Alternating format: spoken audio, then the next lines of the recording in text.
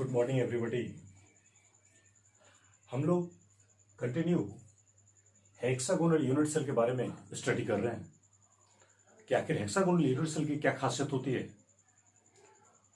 अब hexagonal unit cell का बहुत सारा पोर्शन मैंने पढ़ लिया है, लेकिन अभी भी बहुत सारा बात बचा हुआ है। और जो सबसे टफ बात होता है, जो सबसे कंसेप्चुअल बात होता है, वो बातें मैं आज आपको डिस्कस कर रहा हूं कि आखिर हेक्सागन का वॉल्यूम कैसे निकाले जाते हैं। Very very important question direct advance में पूछे गए हैं कि हेक्सागन का वॉल्यूम इनमें से कौन सही है। तो मैं इस चीजों को यहां पे प्रूफ करूंगा मैथमेटिकली वे में, गणितीय एक्सप्रेशन से। तो थोड़ा आपको ये बिल्कुल अटेंटिव होकर के ये बातें समझने होंगे। बिल्कुल बी केयरफुली, हमेशा अटेंशन में रहेंगे, तब जाकर के ये बातें कहीं आप समझ पाएंगे। और अगर समझने में असुविधा होगी तो आप प्लीज वीडियो को रिव्यू करें, रिवीजन करें, इसको पुनः एक बार दोहरा के देखें, तब जाके ये बातें आपको क्लियर कट समझ में आएंगी। देखिए, हेक्सागन की बातें मैं कर रहा था। हेक्सागन का ये 6 कॉर्नर, हेक्सागन का ये 6 गोले का लेयर है। फिर उसके बाद भी 6 गोले का लेयर है, लेकिन इन दोनों के बीच में 3 गोले का एक लेयर था। और मैंने इस लेयर का नाम रखा था A B A B A B, यानी ए बी टाइप का अरेंजमेंट मैंने बताया था। तो मेरे कहने का मतलब बस यही है कि हम हेक्सागोनल यूनिट सेल का, जैसे देखिए इस हेक्सागन की बात किया जाए तो ये तो आपको पता है कि इसके ऊपर भी हेक्सागन, इसके नीचे में हेक्सागन, इसके अगल बगल में भी हेक्सागन है। अब इसमें हम कुछ नहीं देख रहे हैं, बस एक लाइन हम देखना चाहते हैं कि आखिर हेक्सागन का वॉल्यूम कैसे निकलेगा। तो देखिए, वॉल्यूम के लिए लंबाई गुना चौड़ाई गुना ऊंचाई लेते हैं। वॉल्यूम के लिए क्या लेते हैं? Length into breadth into height. तो लेंथ और ब्रेथ को मल्टीप्लाई करके आपको आ जाएगा एरिया, और एरिया को अगर हाइट से गुना किया जाए तो आ जाएगा वॉल्यूम। और इसका हाइट अगर निकल जाए तो इसका बेस एरिया और गुना कर देंगे हाइट, तो ये इसका वॉल्यूम आ जाएगा। अब इसका बात है कि बेस एरिया कैसे निकलेगा, तो जरा बेस की बातों को देखा जाए, बेस में क्या क्या है। तो देखिए, बेस जो बने हुए हैं वो हेक्सागन के लेयर से बने हैं। इसमें देखिए, 1 side, 2 side, 3 side, 4 side, 5 side, 6 side. इसके 6 साइड है और 6 साइड आपस में बराबर है। आपको लग रहा होगा कि ये साइड सर थोड़ा बड़ा लग रहा है और ये वाला साइड थोड़ा छोटा लग रहा है, ऐसा लग रहा है, लेकिन ऐसा होता नहीं है। इसमें देखिए, हमेशा 2 गोले के बीच की दूरी इतना है, इसमें भी 2 गोले के बीच की दूरी ये, इसमें भी 2 गोले के बीच की दूरी ये, यहां भी 2 गोले के बीच की दूरी ये, यहां भी 2 गोले के बीच की दूरी ये, और यहां भी 2 गोले के बीच की दूरी ये। मतलब हर 2 गोले के बीच की दूरी बराबर होता है। इसका मतलब इन दोनों गोला का बीच का दूरी भी बराबर होगा, इन दोनों गोला के बीच का दूरी भी बराबर होगा। ये बात आप समझ रहे हैं। हम चाहते हैं कि इसका बेस एरिया निकालने के लिए, तो बेस एरिया कैसे निकालेंगे? तो सबसे पहले आप इस हेक्सागन का जो लेयर है इसको ट्रायंगल में बांट देते हैं। इस हेक्सागन के लेयर को हम किस में बांट रहे हैं? ट्रायंगल में। मैं यहां पे आपको बना के दिखा देता हूं कि वाकई में कैसे ट्रायंगल में बटेगा। तो सबसे पहले ऐसा आप एक हेक्सागन का लेयर तैयार कीजिए इसके बगल में। तो मैं बगल में एक लेयर तैयार कर रहा हूं, छोटा सा ही फिगर बनाऊंगा। तो देखिए, ये हेक्सागन का मैंने एक लेयर तैयार किया,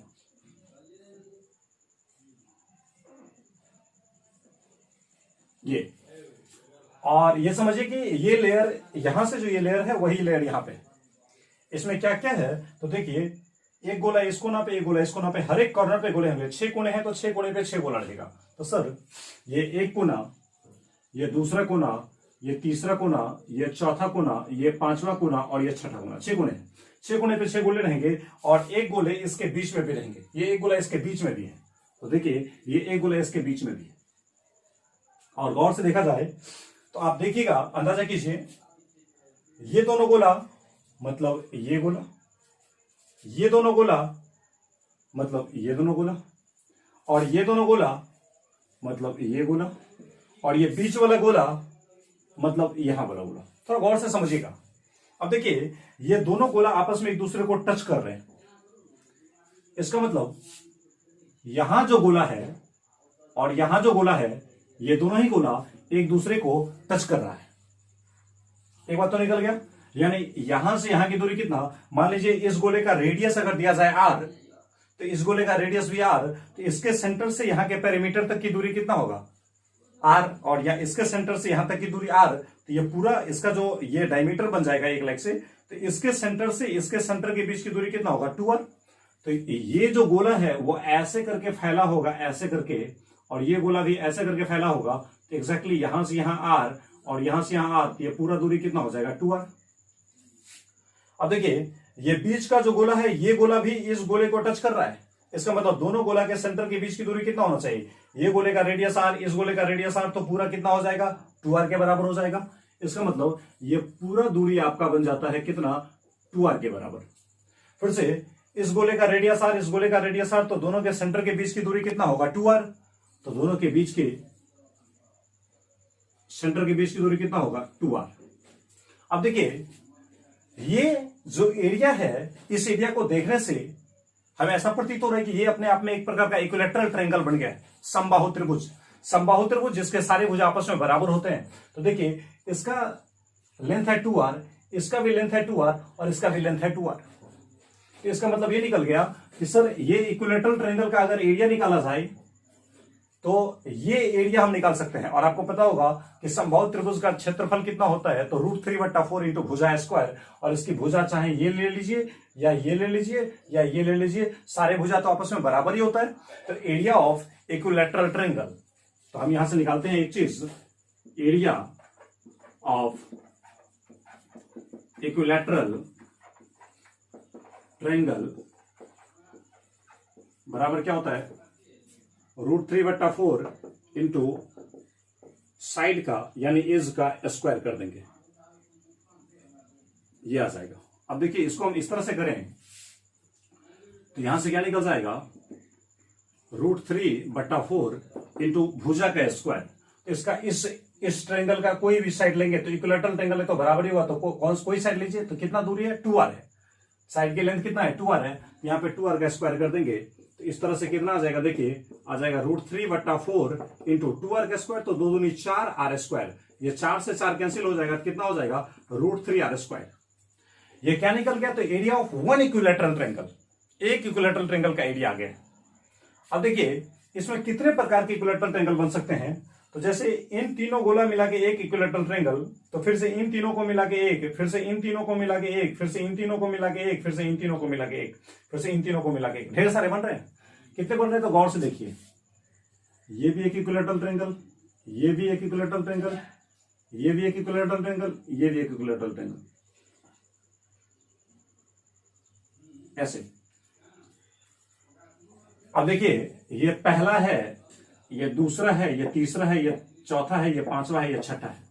मतलब इसका बेस एरिया हम निकालने की कोशिश करें, यही चीज मैंने वहां लिखा है। तो इसका बेस एरिया निकाले मतलब उसका बेस एरिया निकाले, तो यही चीज तो वहां रखा है हमने। तो इसका पूरा का पूरा अगर बेस एरिया निकाले तो क्या होगा, एक इक्विलैटरल ट्रायंगल का 6 गुना कर दिया जाए तो पूरे का बेस एरिया निकल जाएगा। मतलब ये क्योंकि सारे के सारे यहां पे इक्विलैटरल ट्रायंगल का ही निर्माण हुआ है और टोटल इक्विलैटरल ट्रायंगल यहां पे कितना है तो 6 है, यानी टोटल बेस एरिया अगर हम निकालने की कोशिश करें तो हम यहां से लिखते हैं टोटल बेस एरिया बराबर क्या होगा, तो 6 into area of one equilateral triangle, यानी यहां से निकल जाएगा 6 इंटू, और एक इक्विलैटरल ट्रायंगल का एरिया कितना हो जाएगा √3r स्क्वायर, तो लिख दिया √3r स्क्वायर, यानी यहां से वैल्यू कितना आ गया 6√3r स्क्वायर। यानी टोटल बेस एरिया अगर निकाला जाए तो बेस एरिया यहां से निकल गया 6√3r square. Very very important point कि हेक्सागोनल का टोटल बेस एरिया हम निकालें तो 6√3r स्क्वायर आ जाएगा, जहां पे r क्या होता है तो उसमें जो सेंटर है उस सेंटर के गोले का रेडियस हो जाता है। अब एक चीज तो यहां से आपका निकल गया कि यहां से बेस एरिया आपको आ चुका है। तो बेस एरिया को अगर हाइट से गुना किया जाए, बेस एरिया को अगर हाइट से गुना किया जाए तो आप जानते हैं कि वॉल्यूम निकल जाएगा, क्योंकि आप जानते हैं कि वॉल्यूम बराबर क्या होता है length into breadth into height, और लेंथ ब्रेथ को गुना करेंगे तो क्या निकल जाएगा एरिया इंटू हाइट, ऐसा निकल जाएगा। इसका मतलब वॉल्यूम निकालने के लिए आपको एरिया को हाइट से मल्टीप्लाई करना पड़ेगा। तो सीधा सा मतलब है कि टोटल बेस एरिया अगर हम निकालने की कोशिश करें तो 6 से मल्टीप्लाई कर दिया जाए एक इक्विलैटरल ट्रायंगल के एरिया का, तो एक इक्विलैटरल ट्रायंगल ये रहा और इसको 6 टाइम्स कर दिया जाए तो पूरा बेस का एरिया निकल जाएगा। हमने निकाल के यहां पे रख दिया। अब बेस एरिया तो आसानी से हमारा निकल गया, लेकिन इसका हाइट निकालना थोड़ा टफ वर्क है। जरा गौर से सोचते रहेंगे तो फिर हम हाइट भी निकाल लेंगे, थोड़ा समझिएगा।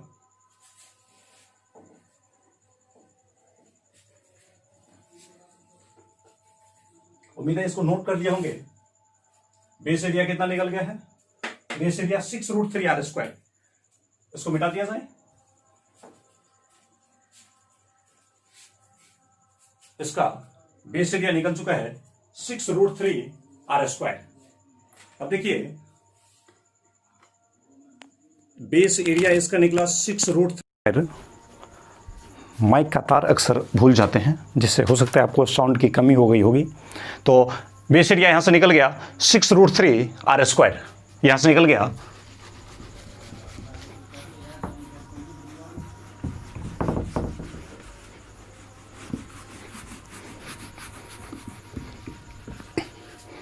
(6√3r²) इसको हमने साइड से लिख दिया कि बेस एरिया बराबर 6√3r²। ये लिख चुके हैं साइड से, इसको हमने पॉइंट बना के रख लिया। अब जरा इस फिगर पे आइए, आप ही देखिए कि ये हेक्सागन का लेयर और ये हेक्सागन का लेयर, और इन दोनों लेयर के बीच में बना है 3 गोले का लेयर, एग्जैक्टली इसी टाइप से। सर ये हेक्सागन का लेयर और ये हेक्सागन का लेयर, और इन दोनों लेयर के बीच में है ये 3 गोले का लाल वाला लेयर, ऐसा है। अब देखिए इसकी हाइट हम कैसे निकालेंगे, जरा सोचिए। हमने क्या बोला? तो इस गोले का जो सेंटर है और इस गोले का जो सेंटर है, एग्जैक्टली इस सेंटर की जो दूरी होगा ये हो जाएगा हमारे इस गोले का हाइट, इस हेक्सागन का हाइट। फिर से सोचिएगा मैंने क्या बोला। इस गोले का सेंटर और इस गोले के सेंटर, इन दोनों को अगर मिला दिया जाए तो ये हमारा हाइट निकल जाएगा। फिर आपके दिमाग में एक क्वेश्चन आ सकता है कि सर इसमें गौर से सोचा जाए तो 3 बार रेडियस आ रहा है, जरा सोचिएगा है क्या। तो इस गोले का यहाँ से लेके, इसके सेंटर से लेके यहाँ तक की दूरी कितना होगा? r। फिर इस बीच में सर लाल वाला गोला है, तो लाल वाला का पूरा डायमीटर आ जाएगा तो कितना होगा? 2r। और फिर यहाँ से यहाँ तक का दूरी कितना होगा? r। तो इसका मतलब ये r दिया, ये r दिया और ये 2r दिया। लाल वाला गोला कितना दिया? 2r दिया। तो यहाँ से यहाँ तक इसके सेंटर से इसके सेंटर के बीच की दूरी यानी कितना होगा? तो 4r हो जाएगा। ये r और बीच वाला 2r। बिल्कुल गलत। ये तो 4r के बराबर तब होता जब ये तीनों ही गोले एक दूसरे पे चढ़े रहते। मतलब मेरा कहने का मतलब ये है कि इस पे अगर गोला इस तरीके से चढ़ा दिया जाए, ऐसे इस डिजाइन से अगर चढ़ा हुआ रहता है एक दूसरे पे गोला, तो शायद इन दोनों सेंटर के बीच की दूरी 4r होता। लेकिन हो क्या रहा है कि भाई ये जो गोला है और इसमें जो ये बीच का गोला है, ये बीच वाला गोला थोड़ा उठा हुआ है और 3 गोले के बीच में थोड़ा सा धंसा हुआ है, और इस धंसा हुआ में ये उठा हुआ घुसा हुआ रहता है। तो जैसे ही घुसा तो इसका बीच का दूरी क्या हो गया? थोड़ा सा कम हो गया।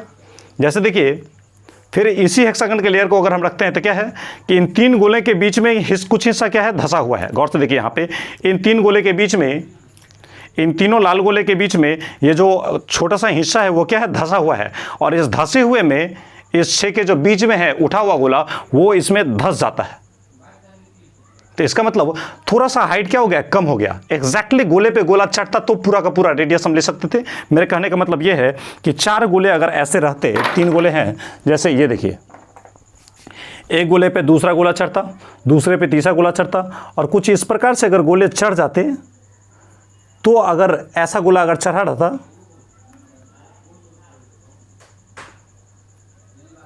इस प्रकार से अगर गोला चढ़ा रहता, तो इस गोले के सेंटर और इस गोले के सेंटर के बीच की दूरी अगर पूछता तो कितना होता? तो ये गोला का सेंटर से यहाँ तक की दूरी होता r।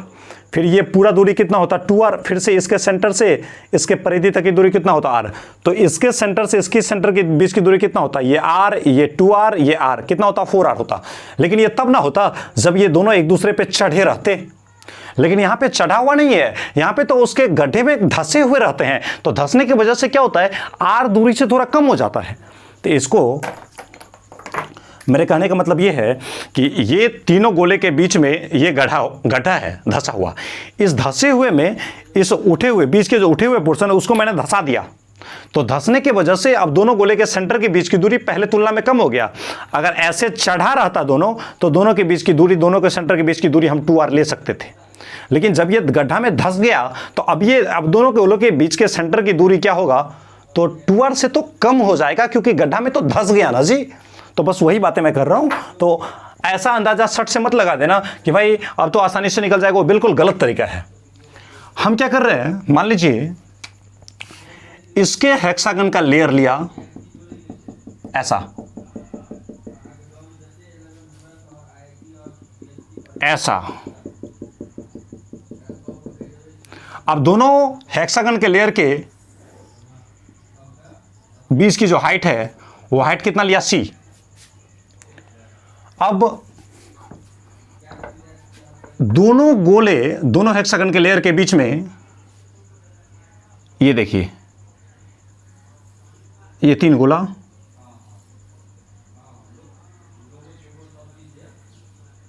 ऐसा। अब देखिए इसके सेंटर से इन तीनों गोला के बीच में जो सेंटर है, इस सेंटर के, तीनों गोला के बीच में जो सेंटर है और ये गोला है, इन दोनों के बीच की दूरी और इस गोला के सेंटर से इन दोनों के बीच की दूरी क्या होगा, बराबर होगा। मेरे कहने का मतलब यह है कि यहां से यहां की दूरी होगा x, तो यहां से यहां की दूरी भी कितना होगा, x, यानी ये पूरा दूरी कितना हो जाएगा, 2x। तो मान लिया जाए कि हेक्सागन का टोटल हाइट कितना है, c। तो इसका मतलब ये पूरा अगर है यहां से लेके यहां तक का दूरी कितना है, c, तो इसका मतलब ये आधा कितना होगा, c/2 होगा, और ये आधा भी कितना होगा, c/2 होगा। तो यहां से लेके मतलब इसके सेंटर से और इसके सेंटर, इन दोनों के बीच की दूरी कितना होगा, तो c/2 होगा। अब जरा गौर से देखिए, यहां पे देखने वाली बात क्या है, तो ये c/2 और ये c/2 तो पूरा हो गया c। अब हम ये सेंटर और ये सेंटर, इन तीनों ही सेंटर को मिलाते हैं तो एक ट्रायंगल का निर्माण हो जाएगा। हमने क्या किया, हम हेडिंग डालते हैं यहां पे क्या चीज, calculation of height of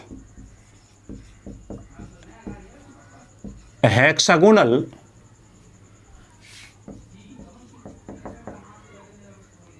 unit cell, calculation of height of hexagonal unit cell. Hexagonal unit cell के हाइट का कैलकुलेशन हम किस प्रकार से करते हैं। अब देखिए जरा, हेक्सागन का हाइट हमने कितना मान लिया है, यूनिट सेल का पूरा हाइट कितना मान लिया है, c। तो इस गोले के सेंटर, इन तीनों गोले, इन ट्रायंगल, इन तीनों गोले के सेंटर के बीच में जो है, उस सेंटर से यहां के बीच के जो सेंटर होंगे, इन दोनों के बीच की दूरी कितना होगा, तो ये पूरा अगर है c, तो इसका आधा कितना हो जाएगा, c/2। लाइन समझ रहे होंगे आप, तो ये आधा हो जाएगा c/2। हमने मान लिया कि ये पूरा दूरी कितना है, c/2 है। अब इन तीनों गोले के सेंटर से मैं मिलाकर के एक ट्रायंगल का निर्माण करता हूं, और आप ही बताइए, ये दूरी अगर r, ये दूरी r, तो ये पूरा कितना 2r, तो ये भी कितना 2r, ये भी कितना 2r। इसका मतलब यहां पे इस बीच में एक इक्विलैटरल ट्रायंगल का फॉर्मेशन हो जाएगा। तो सर इसके बीच में इक्विलैटरल ट्रायंगल बनेगा, तो मैं इक्विलैटरल ट्रायंगल बनाता हूं पहले।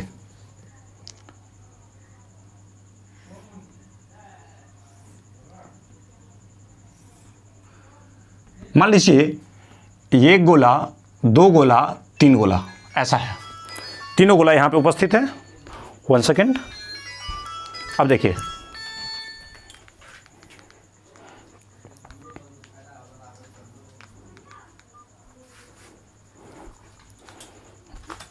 अब देखिए,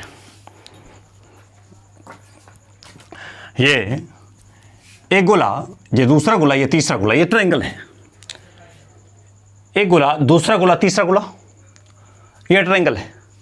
अब इन तीनों के सेंटर को मैंने मिलाया तो एक ट्रायंगल का फॉर्मेशन हुआ, और यहां से यहां की दूरी 2r, क्योंकि ये गोला का r, ये गोला का r, तो ये पूरा कितना 2r, ये भी 2r, ये भी 2r। तो इसका मतलब मैं ये कहना चाह रहा हूं कि यहां से यहां का दूरी कितना होगा, 2r, यहां से यहां का दूरी भी कितना होगा, 2r, और यहां से यहां का दूरी भी कितना होगा, 2r। मान लीजिए इसका नाम रखा b, इसका नाम रखा c, ये साइड लिया BC, और मान लीजिए इसका भी कुछ नाम होगा, हमें जरूरत नहीं है इसलिए नहीं लिख रहा हूं, वरना आप X Y Z A B C X P Q R कुछ भी ले सकते हैं। तो मैंने इस साइड की दूरी रखा 2r, क्योंकि यहां से यहां के इन दोनों सेंटर के बीच की दूरी कितना होगा 2r, और देखिए इन दोनों के सेंटर के बीच की दूरी भी कितना होगा 2r, इन दोनों के सेंटर के बीच की दूरी भी कितना होगा 2r, तो ये भी होगा 2r, ये भी होगा 2r, ये भी होगा 2r। इक्विलैटरल ट्रायंगल का फॉर्मेशन हुआ है। अब हम क्या करते हैं, इस ट्रायंगल का मीडियन डालते हैं जिससे कि हम सेंट्रॉइड निकालेंगे। तो इस ट्रायंगल का मीडियन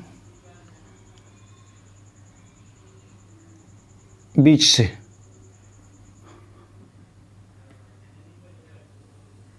ऐसा दिया, और अगर इस ट्रायंगल का हमें सेंट्रॉइड निकालना हो, सेंट्रॉइड कहने का मतलब इस ट्रायंगल के बीच का पॉइंट, ये वाला पॉइंट सेंट्रॉइड कहां होगा, तो ये तीनों गोले के बीच में जो पॉइंट है वही सेंट्रॉइड बनेगा। तो ये दूरी, ये दूरी, ये दूरी, इन तीनों के बीच में जो पॉइंट है वो सेंट्रॉइड बनेगा। तो सेंट्रॉइड कैसे निकलेगा, तो इसका एक मीडियन डाल दिया जाए, इसका एक मीडियन डाल दिया जाए, तो दोनों के मीडियन, मान लीजिए इस एंगल का मीडियन मैंने डाला और इसका मीडियन मैंने डाला, तो यहां पे क्या बन गया, सेंट्रॉइड। सेंट्रॉइड का आप जानते होंगे, 9th में भी पढ़े होंगे, सेंट्रॉइड का सिंबल क्या रखते हैं, जनरली जी। अब ये जो है इसका मैंने रखा डी, इस पॉइंट का नाम। अब जरा गौर से देखिए, आप इसको और इसको देखिए, आप जानते हैं कि बी से सी की दूरी है 2r, तो सी से यहां तक की भी दूरी कितना होगा 2r। देखिए ना, यहां से लेके यहां तक की दूरी भी कितना होगा 2r, तो ये पूरा अगर है 2r, तो इसका मतलब इसका जो सेंट्रॉइड आएगा तो इधर देगा r और इधर देगा r। ये जो बीच से, ये जो ऐसे ट्रायंगल बना है, तो इसको जो ऐसे बीच से हम बांटेंगे तो इधर जाएगा r और इधर भी कितना आएगा r। तो इसका मतलब ये पूरा दूरी अगर है 2r, तो ये भी होगा r और ये भी कितना होगा r। उम्मीद है कि लाइन आप समझ रहे होंगे। अब देखिए, ये BC हो गया 2r और CD हो गया r, तो क्या आप B से लेके D तक की दूरी नहीं बता सकते हैं क्या? अपने आप में एक राइट एंगल ट्रायंगल बन चुका है, ये राइट एंगल ट्रायंगल बन चुका है, और राइट एंगल ट्रायंगल अगर बन गया तो इसमें आप क्या पढ़ रहे हैं कि ये आपका इस ट्रायंगल में, देखिए ट्रायंगल कौन ले रहे हैं, B ले रहे हैं, C ले रहे हैं, D ले रहे हैं। तो ये BC ट्रायंगल में ये B से लेके D तक की जो लंबाई है BD, ये BD बन जाएगा क्या, परपेंडिकुलर। CD बन जाएगा क्या, बेस। और BC क्या बन जाएगा, हाइपोटेन्यूस। BC क्या बन जाएगा, हाइपोटेन्यूस। आपको मैं बता रहा हूं कि ये BC है कर्ण, CD है आधार, और ये BD है लंब। किसका, इस BCD ट्रायंगल में। तो मैं यहां पे एक लाइन लिखता हूं, इन ट्रायंगल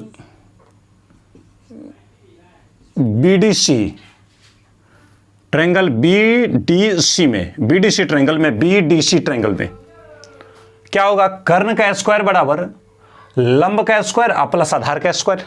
हमें निकालना क्या है, हमें निकालना है BD निकालना है। तो अब देखिए,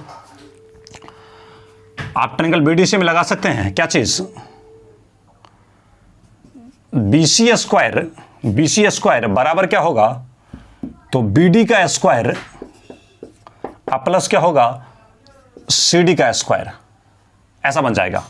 अब BC देखिए कितना है 2r, तो ये बन जाएगा 2r का होल स्क्वायर बराबर BD तो हमें निकालना ही है, तो BD का स्क्वायर प्लस CD कितना है r, तो ये r का आ जाएगा स्क्वायर।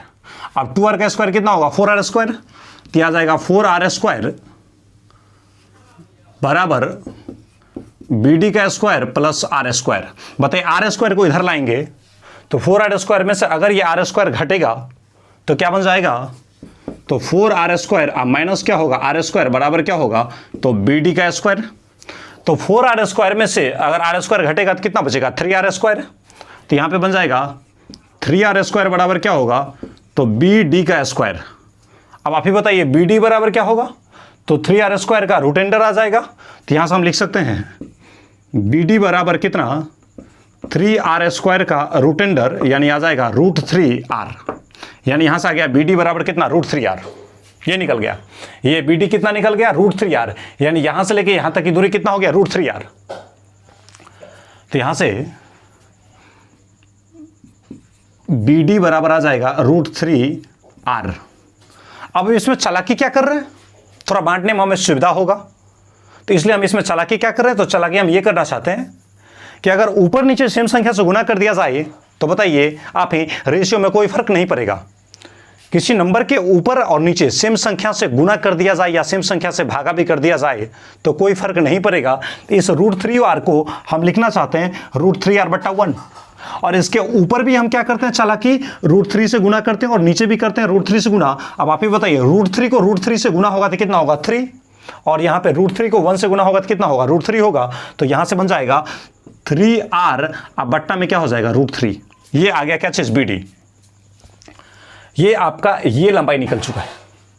अब देखिए एक चीज आप ये भी समझ रहे होंगे कि जी हमारा सेंट्रॉइड है, और आप पढ़े होंगे कि ट्रायंगल का जो सेंट्रॉइड होता है वो मीडियन को 2:1 रेशियो में बांटती है। 9/10 में भी ये लाइन है, और मैथमेटिकली ये लाइन है कि ट्रायंगल को जो सेंट्रॉइड होता है, तो सेंट्रॉइड जो होता है वो ट्रायंगल के मीडियन को 2:1 रेशियो में बांटती है। इसका मतलब हम ये लाइन यहां से लिख सकते हैं कि centroid G divides the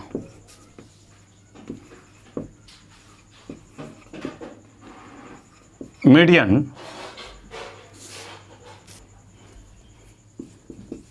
BD in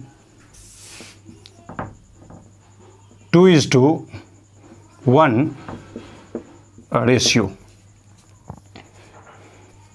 देखिए लाइन क्या बोल रहा है, लाइन ये बोल रहा है सेंट्रॉइड जी, ये जो सेंट्रॉइड आपको दिख रहा है जी डिवाइड्स द मीडियन, ये BD जो मीडियन है उस BD मीडियन को डिवाइड करता है, बांटता है इन किस में 2:1 रेशियो। 2:1 रेशियो, 2:1 रेशियो का मतलब ये हुआ कि ये हिस्सा दुगुना होगा और ये हिस्सा उसका आधा होगा, यानी BG होगा दुगुना और GD हो जाएगा 1 गुना। इसका मतलब अगर GD होगा x तो BG क्या हो जाएगा 2x, यानी GD का दुगुना हो जाएगा हमारा BG। तो इसका मतलब देखिए अगर हम लिखना चाहते हैं GD बराबर, अगर हम लिख दिए x, GD बराबर कितना मान लिया x, लेट यहां माना कि GD बराबर अगर x, तो आप ही बताइए BG बराबर कितना होगा 2x, तो BG बराबर कितना हो जाएगा 2x। अब देखिए अब थोड़ा सा मुझे जगह चाहिए, आप इसको जल्दी में नोट कीजिए, फिर मैं इसको मिटा करके बातें आगे समझाता हूं। एक बात मैंने यहां पे लिया है कि सेंट्रॉइड जो जी है उस मीडियन BD को 2:1 रेशियो में बांटेगा। इसका मतलब ये अगर हिस्सा होगा x तो ये कितना हो जाएगा 2x। ये थ्योरम से आते हैं लाइन, उस थ्योरम का मैंने इस्तेमाल यहां पे किया है। इसको मिटाऊंगा मैं, तो ये हिस्सा GD माना कि x, तो BG क्या हो जाएगा 2x, इसका दुगुना हो जाता है। मिटा दूंगा, जल्दी में इसको नोट कीजिएगा, मिटा रहा हूं मैं। Calculation of height of hexagonal unit cell.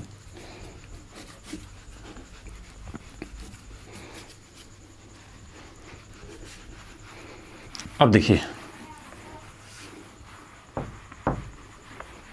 थोड़ा सा ये इंपॉर्टेंट टॉपिक है, थोड़ा समझने वाले पॉइंट है, और एडवांस में डायरेक्ट इससे क्वेश्चन पूछे गए थे कि हेक्सागन का हाइट इनमें से क्या होता है, तो डायरेक्ट मैं निकाल करके आपको बताता हूं, और कुछ न हो रिजल्ट तो आपको ध्यान रखना ही पड़ेगा। तो देखिए अगर हम ऐसा लिखें BD में क्या है, तो DG और GB यानी BG और GD, तो इन दोनों को अगर जोड़ दिया जाए तो क्या BD डायरेक्ट नहीं आ जाएगा।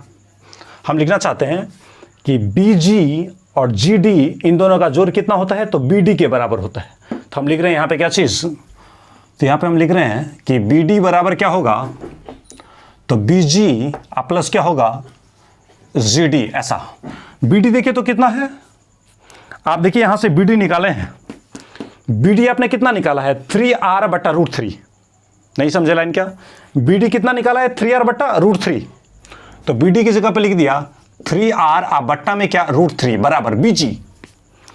यहां से देखिए BG कितना है 2x, BG बराबर कितना है 2x, तो BG बराबर मैंने लिखा 2x अब प्लस GD देखिए, यहां देखिए GD कितना लिया है x, क्योंकि 2:1 रेशियो में बढ़ता है तो इसका मतलब ये अगर x तो ये कितना होगा 2x होगा, इसलिए ये हो जाएगा x। तो देखिए 3r/√3 बराबर कितना होता है 3x, तो 3 से 3 कट जाएगा, तो यानी यहां से x बराबर कितना आ जाएगा r, अब बट्टा में क्या होगा √3, ये x बराबर निकल गया r/√3। यहां तक नोट करने के बाद आप इसको नोट कीजिएगा, क्योंकि मुझे जगह की थोड़ी सी कमी है तो मैं बार बार मिटा के आपको समझा रहा हूं। मिटा दिया जाए, देखिएगा BD बराबर 3r/√3 यहां से लिखा था, यहां पे था क्या, यहां पे हमने सबसे पहले निकाला था BD बराबर 3r/√3, उसको मैंने इस्तेमाल किया था।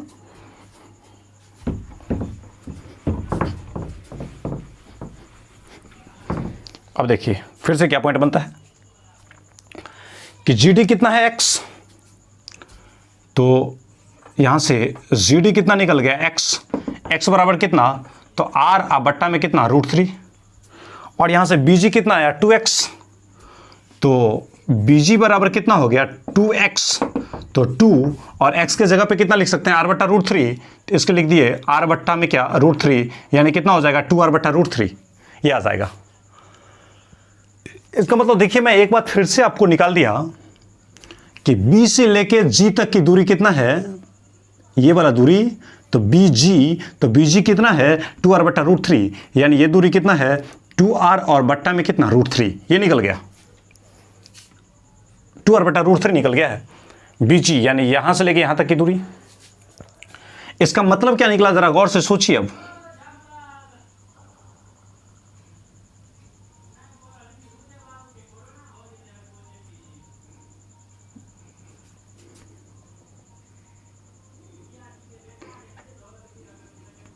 ये देखिए, ये सेंटर यहां पे है B, ये जो B है ये यही है, और B से लेके B से ये रहा G, तो B यहां पे है तो G एग्जैक्टली यहां पे होगा।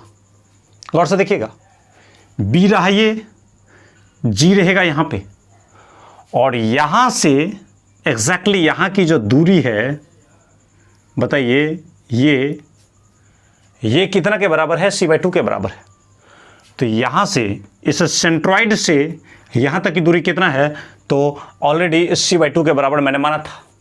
अब जरा देखिए एक लाइन, हम क्या करते हैं यहां पे फिर से एक ट्रायंगल का निर्माण करते हैं, राइट एंगल ट्रायंगल, जिसमें देखिए ये रहेगा ऐसा, तो ये कितना है BG, तो BG आप समझ रहे हैं, और इस G से डायरेक्ट परपेंडिकुलर डालिए इस गोला तक, डायरेक्ट परपेंडिकुलर, तो इस G से डायरेक्ट परपेंडिकुलर ये डाला, कौन है ये, यही है c/2 के बराबर। ये दूरी कितना है c/2 के बराबर, तो इस सेंटर पे यानी इस गोला पे कितना मान लिया जाए A, इसका नाम रख दिया A। अब देखिए इस 3 गोला के बीच में जो गड्ढा था, उस गड्ढा में इस 6 गोला के बीच में जो उठा हुआ गोला था ये धंसा हुआ था। यानी मेरे कहने का मतलब ये है कि देखिए ये 3 गोला के बीच में जो गड्ढा है, इन तीन गोला के बीच में जो गड्ढा है वहीं पे है सेंट्रॉइड G, और इस G सेंट्रॉइड में इस 6 गोला का जो बीच का सेंटर वाला गोला है, 6 गोला का जो बीच का सेंटर वाला गोला है, ये धंसा हुआ है ऐसे।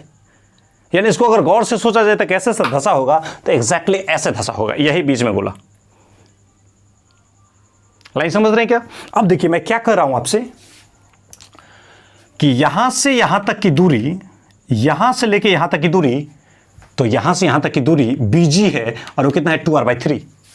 तो इस गोला के सेंटर से इसके जो सेंट्रॉइड है, इस गोला के सेंटर से इसके सेंट्रॉइड के बीच की दूरी यही है BG, और ये BG किसके बराबर है, तो BG है किसके बराबर, BG है 2r/√3 के बराबर। और इस तीनों गोला के बीच में जो गड्ढा है उसमें ये गोला अटका हुआ था, तो इसके सेंट्रॉइड से, इन तीनों गोला के बीच में जो सेंट्रॉइड है और इस गोला का जो सेंटर है उसके बीच की दूरी, इसके जो सेंट्रॉइड है और इसके गोले के बीच की सेंटर जो है, इन दोनों के बीच की दूरी किसके बराबर है, तो c/2 के बराबर है। इन दोनों के बीच की दूरी कितना है, c/2 के बराबर है। तो यही A से लेके G तक की दूरी कितना है, c/2। तो इसको मैं लिख लूं इसको मैंने लिख दिया, ये कितना है c/2। और देखिए अब हम इसको इससे मिला देते हैं, गौर से देखिए तो कैसे बन जाएगा, ऐसा बनेगा, ऐसा देखिए इस गोला को और इसके सेंट्रॉइड को मिलाएं, तो इस गोला का सेंटर और इस गोला का सेंटर, बताइए ये दोनों गोला आपस में एक दूसरे को क्या कर रहे हैं, टच कर रहे हैं। ये वाला ब्लू वाला गोला और ये हरा वाला गोला, ये दोनों एक दूसरे को क्या कर रहे हैं, टच कर रहे हैं। इसका मतलब इस गोला के सेंटर और इस गोला के सेंटर के बीच की दूरी कितना होगा, तो ये गोला का सेंटर से यहाँ तक की परिधि की दूरी r, और फिर इस गोला के सेंटर से यहाँ के परिधि की दूरी r, तो ये दोनों के बीच की दूरी कितना होगा 2r। तो यही AB है और दोनों के बीच की दूरी कितना हो जाएगा 2r। और इसके सेंटर से इसके सेंट्रॉइड के बीच की दूरी कितना होगा 2r/√3, और इसके सेंट्रॉइड से इस गोला के सेंटर के बीच की दूरी कितना होगा c/2। अब देखिए ये जो ऐसे करके बनेगा ये बन जाएगा डायगोनल, ये जो ऐसा सेंट्रॉइड वाला है ये बन जाएगा बेस, और ये जो ऐसा है इसका बन जाएगा परपेंडिकुलर। तो ये हो गया हाइपोटेन्यूस, ये ऐसे रहेगा तो हाइपोटेन्यूस, तो ये हो गया हाइपोटेन्यूस, ये हाइपोटेन्यूस ले लिया। इसको अगर मान लिया जाए परा वाला को बेस, तो ये बन जाएगा BG बेस, और A से लेके G तक की दूरी को क्या मानेंगे तो परपेंडिकुलर, तो ये बन जाएगा परपेंडिकुलर, और यही परपेंडिकुलर है c/2। और हमें हेक्सागन का हाइट कितना है c, हमें यही तो निकालना है, मेरा मुख्य मकसद तो यही निकालना है। थोड़ा सा इंपॉर्टेंट टॉपिक है इसलिए इसको थोड़ा डिटेल में हम देख रहे हैं, और कंसेप्चुअली ये आप हर जगह समझ भी नहीं सकते हैं, लोग इसे काट लेते हैं, पूरा इसे डिटेल में नहीं पढ़ाना चाहते हैं, लेकिन उम्मीद है कि आप समझ रहे होंगे, तो थोड़ा ध्यान से समझिएगा। इसको मैं थोड़ा सा मिटाऊं, BG कितना आ गया है, BG आ गया है 2r/√3, इसको मिटाता हूं, इसको भी मिटा रहा हूं।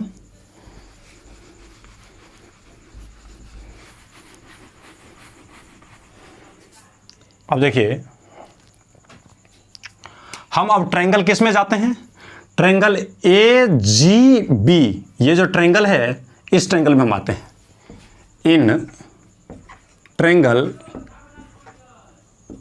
AGB ट्रायंगल में क्या दिख रहा है, तो ये हो जाएगा विकर्ण, ये हो जाएगा आधार, और ये हो जाएगा लंब। इसका मतलब ये हो जाएगा कि लंब स्क्वायर प्लस आधार स्क्वायर बराबर क्या हो जाएगा कर्ण स्क्वायर, यानी हो जाएगा AG का स्क्वायर प्लस BG का स्क्वायर प्लस BG का स्क्वायर, अब बराबर में क्या होगा AB का स्क्वायर, बराबर में होगा AB का स्क्वायर। AG बताइए, AG का स्क्वायर मतलब क्या, c/2 का स्क्वायर, तो c/2 का स्क्वायर अब प्लस BG का स्क्वायर, बताइए BG कितना है 2r/√3 के बराबर है, तो आ जाएगा कितना 2r/√3 का स्क्वायर, और बराबर AB का स्क्वायर, तो AB कितना है 2r के बराबर है, तो ये 2r का स्क्वायर बन जाएगा। अब देखिए ये c/, इसको जरा गौर से देखते रहिए, c/2 का होल स्क्वायर बराबर क्या होगा, 2r का स्क्वायर कितना होगा 4r स्क्वायर, और बताइए इस 2r/√3 को हम इधर से उधर कर देंगे, 2r/√3 को हम इधर से उधर लेके चले जाएंगे, तो ये आ जाएगा कितना 2r का स्क्वायर यानी 4r स्क्वायर बन जाएगा। तो ऊपर में बनेगा क्या चीज 4r स्क्वायर, अब बट्टा में √3 का स्क्वायर लिखेंगे तो √3 का स्क्वायर कितना होगा 3 होगा। अब इसको हम मिटाते हैं,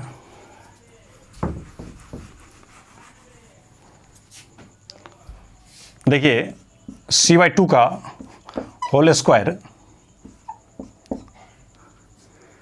ये 4r स्क्वायर ऐसे कर दें और एलसीएम ले लेंगे 3 मरतबा। अब देखिए 1 से 3 में भागा देंगे तो 3 मरतबा 3 चौका कितना होगा 12r स्क्वायर, 12r स्क्वायर। अब माइनस कितना होगा 3 से 3 में भागा देंगे तो 1 मरतबा 1 को 4 से गुना करेंगे तो 4r स्क्वायर, तो ये बन जाएगा कितना c/2 का होल स्क्वायर बराबर क्या होगा 12 में से 4 जाएगा तो कितना होगा 8r स्क्वायर। अब बट्टा में कितना होगा 3 और ये स्क्वायर उधर जाके रूट बन जाएगा तो c/2 बराबर क्या हो जाएगा 8 आर स्क्वायर अब बट्टा में 3 और इसका क्या बन जाएगा रूट अंडर 8 को हम क्या लिख सकते हैं, तो लिख सकते हैं 2 दूनी 4 दूनी 8 और आर स्क्वायर अब बट्टा में रूट 3 बट्टा में 3। अब देखिए इसको ऐसे रहने दिया जाए और यहाँ पे निकल जाएगा, हाइट तो इतने में निकल ही जाएगा। तो देखिए CY2 बराबर क्या आ जाएगा, इस 2 बार 2 है तो इस 2 में से 1 2 तो बाहर निकल जाएगा, तो 2 बाहर निकल गया, 1 2 अंदर में रह जाएगा और 1 R बाहर निकल जाएगा, रूट 3 भी अंदर में रह जाएगा, तो रूट 2 बट्टा में रूट 3 और ये R बाहर निकल गया, ये आ जाएगा। तो CY2 बराबर इतना होगा, तो ये 2 ऊपर जाएगा तो C बराबर क्या हो जाएगा, 2 ऊपर जाएगा तो 2 2 में कितना होगा 4 और यहाँ पे देखिए ऊपर में रूट 2 नीचे में रूट 3, तो लपेटा मार के पूरे में रूट लगा देते हैं, तो रूट 2 बट्टा 3 और यहाँ पे R है तो R को हम ऐसे लिख दिए। तो हाइट ऑफ हेक्सागन कितना निकल गया C क्या होता है, पूरा का पूरा हाइट होता है, तो हेक्सागन का हाइट निकल गया। तो हाइट कितना होता है 4R अंडर रूट 2/3 हेक्सागन का हाइट। तो very very important formula, height of hexagon बराबर कितना होगा 4R अंडर रूट 2/3। इसको फटाफट नोट कर लिया जाए और मैं इसको मिटा देता हूं। अब देखिए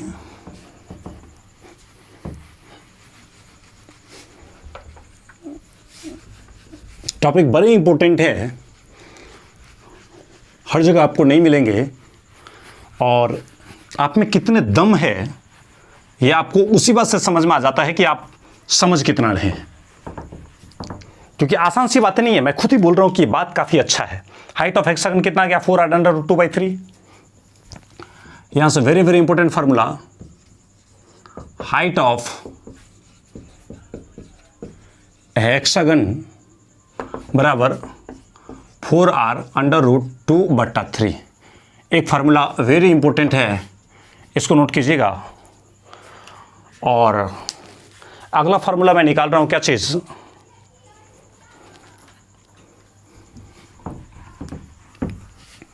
क्या निकाल रहा हूं, तो यहां से देखिए अगला फार्मूला निकलेगा volume of hexagonal unit cell, hexagonal unit cell.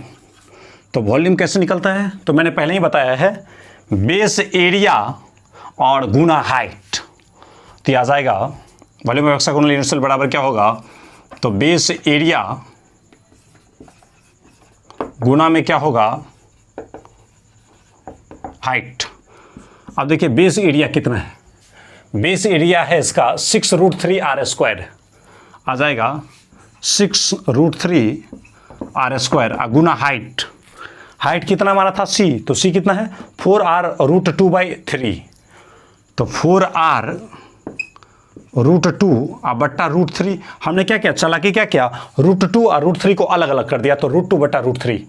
अब देखिए इस रूट 3 से ये रूट 3 आराम से कट सकता है, तो क्या बन जाएगा, देखिए 6 चौका 24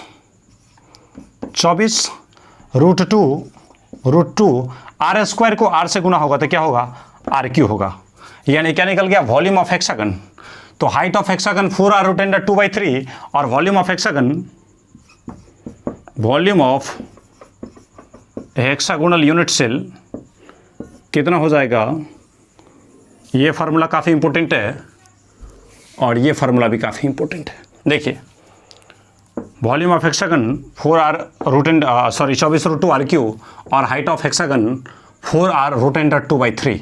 ये आपका वॉल्यूम और हेक्सागन निकल गया। वेरी वेरी इंपॉर्टेंट, इन दोनों को याद रखिएगा, क्योंकि ये डायरेक्ट ही ऑब्जेक्टिव में पूछे गए थे, वो भी एडवांस के ऑब्जेक्टिव में, कि हेक्सागन का वॉल्यूम कितना होता है, तो 24 रूट 2 RQ के बराबर होता है, और हाइट ऑफ हेक्सागन कितना होता है, तो 4R रूट अंडर 2/3 के बराबर होता है। जहाँ पे R क्या होता है, तो जो गोले रखे जाते हैं सारे कॉर्नर पे या फेस के सेंटर पे, उनका रेडियस होता है, मतलब रेडियस ऑफ एटम होता है। तो ये सबसे इंपॉर्टेंट एरिया था। अब इसके बाद हेक्सागन का मात्र एक लेक्चर बनता है, जिसमें कि इसका डेंसिटी, इसका पैकिंग फ्रैक्शन, और फिर से इसका पैकिंग फ्रैक्शन से संबंधित बातें, बस 2 ही बात बचे हुए हैं। एक डेंसिटी बचा हुआ है और एक पैकिंग फ्रैक्शन अब तक बचा हुआ है। तो अगर ये वीडियो आपको पसंद आई हो तो अवश्य ही वीडियो को लाइक करें और हमारे चैनल की लगातार सुविधा लेने के लिए अवश्य ही हमारे चैनल को शेयर करें और दूसरों के साथ सब्सक्राइब करने की कोशिश करें। जो भी पढ़ने वाले बच्चे हैं उन्हें हमारे चैनल का लिंक अवश्य ही भेज दें। मिलते हैं फिर से अगले लेक्चर में। हेक्सागन का लास्ट लेक्चर में अब आएंगे। अब तक के लिए थैंक यू।